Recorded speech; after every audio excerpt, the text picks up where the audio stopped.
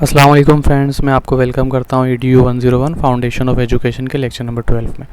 इस लेक्चर का main title है पोस्ट मॉडर्निज़्म। इसमें जो टॉपिक हम कवर करने वाले हैं वो टॉपिक नंबर 63 से लेकर 68 तक है। इस लेक्चर के अंदर जो हाईलाइटेड नोट्स मैं यूज़ कर रहा हूँ वो आपको फ्री ऑफ कॉस्ट वीडियो के एंड में प्रोवाइड किए जाएंगे, तो काइंडली इस वीडियो को पूरा देखें।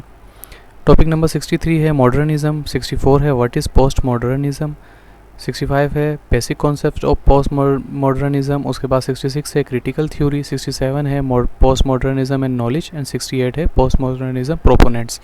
तो चलिए हम अपने हैंडआउट्स की जानिब बढ़ते हैं।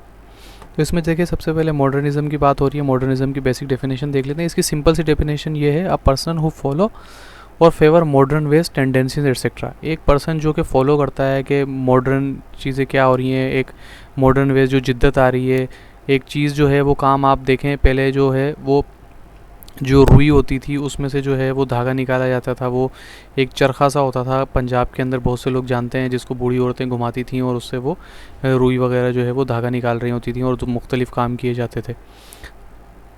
और दूसरा क्या है, modernism is a period in the literacy history which started around early 1900 से लेके और 1940 तक जो थे ये दौर रहा था मॉडर्निज्म का। इसमें क्या था, progress is based upon knowledge and man is capable of discerning object absolute truth in science and arts. यानी कि प्रोग्रेस जो थी वो इंसान की नॉलेज के ऊपर होती थी, जितनी उसकी नॉलेज होती थी उसमें वो साइंस और आर्ट्स के थ्रू उस नॉलेज को टेस्ट करने की कोशिश करता था। Modernism is link to capitalism, progressism, economic administration of the world. यानी इकोनॉमिक एडमिनिस्ट्रेशन जो थी, मॉडर्निज्म जो है वो लिंक करती है, कैपिटलिज्म निकल के आया इससे, इकोनॉमिक एडमिनिस्ट्रेशन दुनिया की ये निकल के आई। तो ये सारा काम जो हुआ इकोनॉमिक एडमिनिस्ट्रेशन और कैपिटलिज्म की जो प्रोग्रेस हुई वो मॉडर्निज्म के दौर के अंदर हुई। Modernisation of third world country, imposition of modern western value. यानी कि जो मॉडर्न वैल्यू सेट हुई, जैसे कि आप वेस्ट के अंदर मुख्तलिफ किस्म का कल्चर जो सेट हुआ, सारी चीज़ें हुई, ये मॉडर्निज्म के दौर के अंदर ये सारी चीज़ें हुई।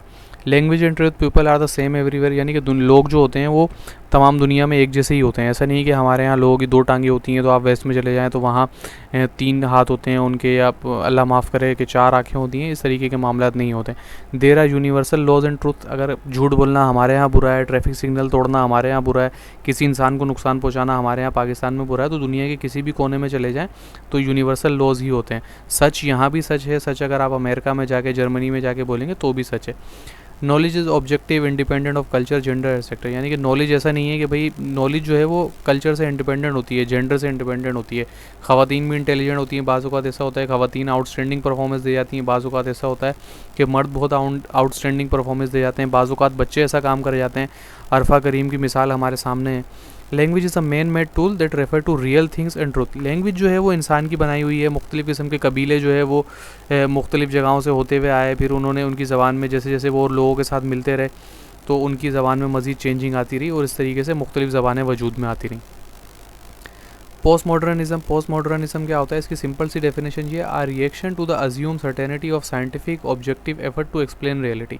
यानी कि पहले तो ये होता था कि लोग एक चीज़ अज्यूम कर लेते थे और उसको जो है साइंस की बेस पे टेस्ट करते थे। यानी कि पहले उन्होंने उनकी जो नॉलेज थी वो उस नॉलेज की बेस पे बोलते थे कि मैं जो कह रहा हूँ ये ठीक है।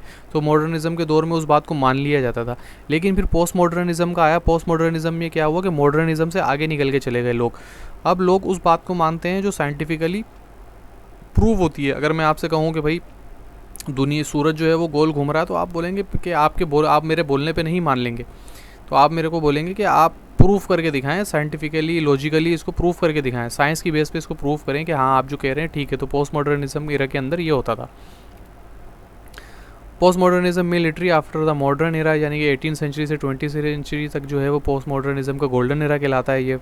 ये क्विज़ के अंदर आ सकता है कि पोस्ट मॉडर्निज्म का एरा कौन सा है। तो यहाँ पर आप देख सकते हैं 18 century to late 20 century. Post modernist believe that this era was far more predictable and than time we live in today, e.g. jobs were for life and class major source of identity। यानी कि job जो है एक इंसान की, उसकी base पे वो पहचाना जाता था कि जॉब जो है एक इंसान की अगर एक अच्छी जॉब कर रहा है और उसकी क्लास बहुत अच्छी है तो ये उसकी आइडेंटिटी होती थी। मेन आइडेंटिटी उसकी ये होती थी कि इसके पास जॉब है, इसकी सोशल क्लास बहुत अच्छी है, इसके पास इतनी अच्छी गाड़ी है। तो ये सारी चीज़ें थी, ये आइडेंटिटी थी। Since around the 1970, we have been living in time characterized by risk and diversity. Consequently, this has had huge implication of education। यानी कि 1970 के अंदर जो है टाइम करेक्टराइज रिस्क और डाइवर्सिटी बहुत ज़्यादा होता था।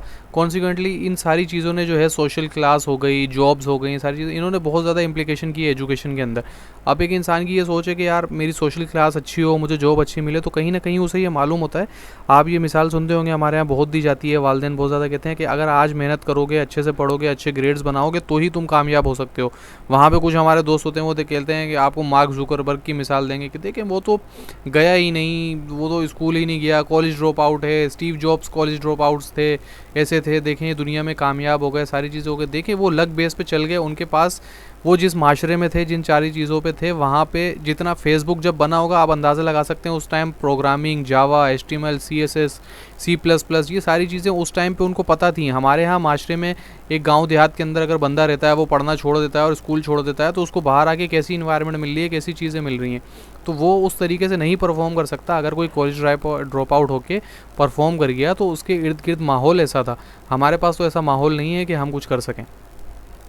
पोस्ट मॉडर्निज्म बेसिक कॉन्सेप्ट क्या है? Rejection of all master narrative, all truth are contingent, cultural construct, scepticism of progress, anti technology bias. यानी कि ये कहता है कि ऐसा नहीं, पहले नहीं कहा जाता कि भाई एंटी टेक्नोलॉजी के ऊपर आज बिलीव किया जाता है। टेक्नोलॉजी से आप हेल्प लेते हैं, आप मोबाइल यूज़ कर रहे हैं, आप घरों में ओवन यूज़ करते हैं, आप जो है वो वॉशिंग मशीन्स यूज़ करते हैं। पहले ये सारी चीज़ें नहीं होती थी। पहले आप देखते थे कि बहुत से लोग बोलते थे कि माइक जो है वो यूज़ करना नहीं चाहिए, ये जो है आवाज़ खींच लेता है। या आप आज भी पुराने लोग अगर गांव देहात में आप देखें तो वो मोबाइल को देख के बोलते थे कि इससे कराची बात हो जाएगी या इससे बाहर मुल्क बात हो जाएगी, इससे आप दूर बैठे लोग को देख सकेंगे। तो आज भी ऐसे लोग मौजूद हैं पसमानदा इलाकों में जो इस चीज़ों पर यकीन नहीं करते। Knowledge is contingent, contextual, link to power. यानी कि नॉलेज जो है वो पावर से बहुत ज़्यादा लिंक करती है। अगर आपके पास पावर है, आप एक अच्छे आपने अच्छा पढ़ा है और आप दूसरी चीज़ें, एक अच्छी चीज़ें ले सकते हैं, अच्छी लाइफ अफोर्ड कर सकते हैं, तो उस बेस पे आप नॉलेज को जो है वो बांट सकते हैं। Post modernism critical theory, post modernism के क्रिटिकल थ्योरी के ऊपर क्या है? An education philosophy contending that many of the institution in our society including school are used by those in power to marginalize those who lack power. यानी कि हमारे यहाँ बहुत से एजुकेशनल जो स्कूल्स हैं या कॉलेजेस हैं या दूसरी चीज़ें हैं, वो पावरफुल लोगों के साथ, पावरफुल लोग जो है वो चला रहे हैं, जो कि मार्जिनलाइज कर सकते हैं दूसरों को जिनके पास इतनी पावर नहीं है। अब आप देखें, अगर एक के पास एक स्कूल है, उसके पास बहुत अच्छी, अब आप वर्चुअल यूनिवर्सिटी की मिसाल ले लें कि जब कोविड आया और तो दूसरी बड़ी बड़ी इंस्टीट्यूट थे उनको ऑनलाइन मूव करना पड़ा, तो उनको कुछ पता ही नहीं था। तो वर्चुअल यूनिवर्सिटी ने कितने इंस्टीट्यूशन की हेल्प की, उनको अपना पूरा सिस्टम दिया, उनको बताया कि किस तरीके से होता है और कैसे आप ऑनलाइन पढ़ा सकते हैं, ऑनलाइन सारे मामला कर सकें। तो लोगों ने अपने LMS बनवाया, लर्निंग मैनेजमेंट सिस्टम बनाए और ये सारी चीज़ें की। तो आप अंदाज़ा लगा सकते हैं कि इसमें क्या हो गया, वर्चुअल यूनिवर्सिटी जो है वो अपर एंड पे आ गई और जो ट्रेडिशनल यूनिवर्सिटीज़ थी उन्होंने वर्चुअल यूनिवर्सिटी की हेल्प ली और इस चीज़ को लेकर आगे बढ़े।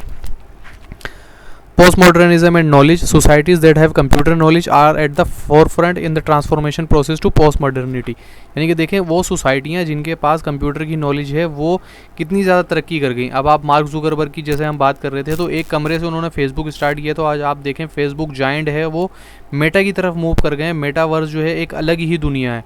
तो अब आप उस टाइम पर कोई सोच सकता था, आज अगर आप किसी से बात करते हैं कि मेटावर्स क्या है, या अभी जो जितने लोग लेक्चर सुन रहे, हो सकता है आप में से भी कुछ लोग ऐसे हो जिनको मेटावर्स के बारे में मालूम ना हो कि एक वर्चुअल रियलिटी, एक वर्चुअल वर्ल्ड बनाने की तरफ जा रहा है फेसबुक। अभी इतनी ज़्यादा तरक्की कर गए, इतनी ज़्यादा उसमें मूव कर गए। Advanced technology has a direct effect on knowledge economic powerful nation have exerted their well on less developed nation। यानी कि जो इकोनॉमिकली पावरफुल नेशंस थी उन्होंने टेक्नोलॉजी को अडॉप्ट किया, पोस्ट मॉडर्निज्म को उन्होंने अडॉप्ट किया और वो देखें वो कहाँ से कहाँ पहुँच गए। इसमें जो मेन जो है कंट्रीब्यूटर हैं वो फ्रेडरिक जेमसन हैं, जीन बुलिब्लार्ड हैं, माइक्रेड हैं, जैक्स डेरिडा हैं। तो ये देखें सिर्फ आपको हेडिंग्स दी गई हैं। अब आपने क्या करना है, आप ऐसा कर सकते हैं कि इसमें से किसी एक को आप कॉपी कर लें और गूगल के ऊपर जाके इनके बारे में थोड़ा सा पढ़ लें, ताकि आपसे अगर क्वेश्चन आ जाए कि भाई पोस्ट मॉडर्निज्म के जो है वो मेन कंट्रीब्यूटर्स कौन थे, तो आप किसी एक का नाम दे सकें और उसके बारे में थोड़ा बहुत बता सकें। पोस्ट मॉडर्निस्ट हैं, the hope of post modernist, the deconstruction of foundation views will lead to a recognization and acceptance of a pluralistic world, create a truly global civilisation. आज जो है दुनिया जो है वो एक ग्लोबल विलेज बन गई है। ग्लोबल सिविलाइजेशन क्या है, हम यहाँ बैठ के जो लोग फ्रीलांसिंग करते हैं वो यहाँ पाकिस्तान में बैठे हुए अमेरिका में, जर्मनी में, इवन के कनाडा में इतनी दूर वो लोगों से कनेक्ट हो जाते हैं, आपके क्लाइंट बन जाते हैं, आप उनके साथ बैठ के बात करते हैं, उनसे काम करते हैं और वहाँ से रेवेन्यू लेके आप अपने मुल्क के अंदर आ रहे होते हैं, आप अपनी फैमिली को सपोर्ट करते हैं। तो ये सारी चीज़ें जो हैं पोस्ट मॉडर्निस्ट के अंदर आती हैं। कि आप जितना जितना तरक्की करते जाते हैं, जितना ज़्यादा एजुकेशन हासिल करते जाते हैं, आप अपनी ज़िंदगी में आगे बढ़ते रहते हैं। तो गाइज़ ये था आज का टॉपिक, बहुत ज़्यादा टेक्निकल किस्म का ये थोड़ा सा टॉपिक है। इसमें वर्ड जो हैं वो काफ़ी हार्ड यूज़ किए हैं। मैंने कोशिश की है कि आपको डिटेल में बता सकूँ। फिर भी अगर आपको कोई कन्फ्यूजन हो तो आप कमेंट सेक्शन में मुझसे क्वेश्चन कर सकते हैं। मैं पूरी कोशिश करूँगा कि आपको उसका जवाब दूँ। और हमेशा की तरह आपसे रिक्वेस्ट है, वीडियो को लाइक करें, शेयर करें और चैनल को सब्सक्राइब ज़रूर करें। आपके 5 सेकंड भी नहीं लगेंगे उस रेड बटन को दबाने में। और आगे क्विज़, जीडीपी और असाइनमेंट्स वगैरह भी आ रहे हैं, तो सब्सक्राइब के साथ साथ बेल आइकन को भी दबाएं, ताकि जैसे ही कोई असाइनमेंट आता है तो हम असाइनमेंट का जैसे सोल्यूशन अपडेट करेंगे तो आपके पास नोटिफिकेशन आ जाएगा और आप इजीली उसको देख के अपना जो है असाइनमेंट बना सकते हैं। तो आज की वीडियो में इतना ही, मिलते हैं अगली वीडियो में। जब तक के लिए